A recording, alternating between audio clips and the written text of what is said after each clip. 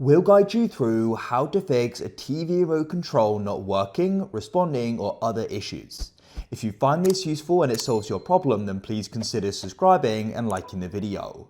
This can be annoying because you want to go and be able to control your TV, but you're unable to. And without it, you're very limited with how you can go and use your TV. So we're going to guide you through hopefully how you can go and get this working again so you're able to go control your TV. Make sure it's this full guide and don't go and skip ahead, otherwise you may go and miss an important part of this video. So before we go and start on the remote, you want to go and find where your TV is plugged into the wall. Find the outlet and you want to go and turn it off and unplug it. After you've done that, you want to then come onto the TV itself.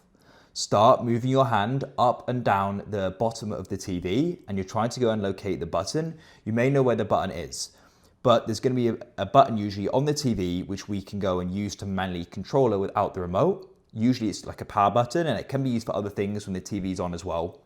You may need to go and look on the left or right as well, and if worst case is, you can always go and put the TV on its back and you can just look at the bottom without just using your hand. The button for this TV is to the left of the logo and it's quite far back. Once you go and find it though, tap and hold it for 30 seconds. After those 30 seconds have finished, you want to go and release.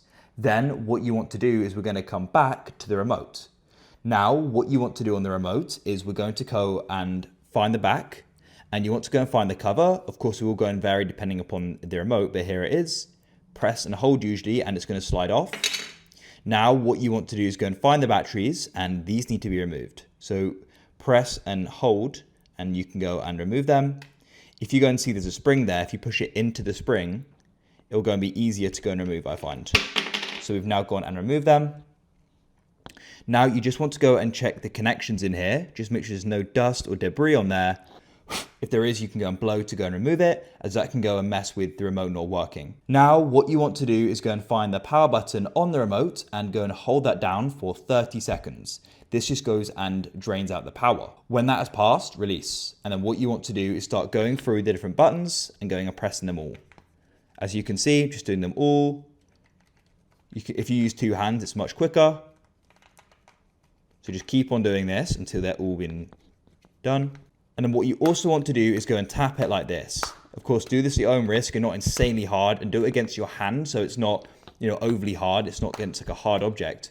And this can often solve it. I've done it before and it's gone and solved it.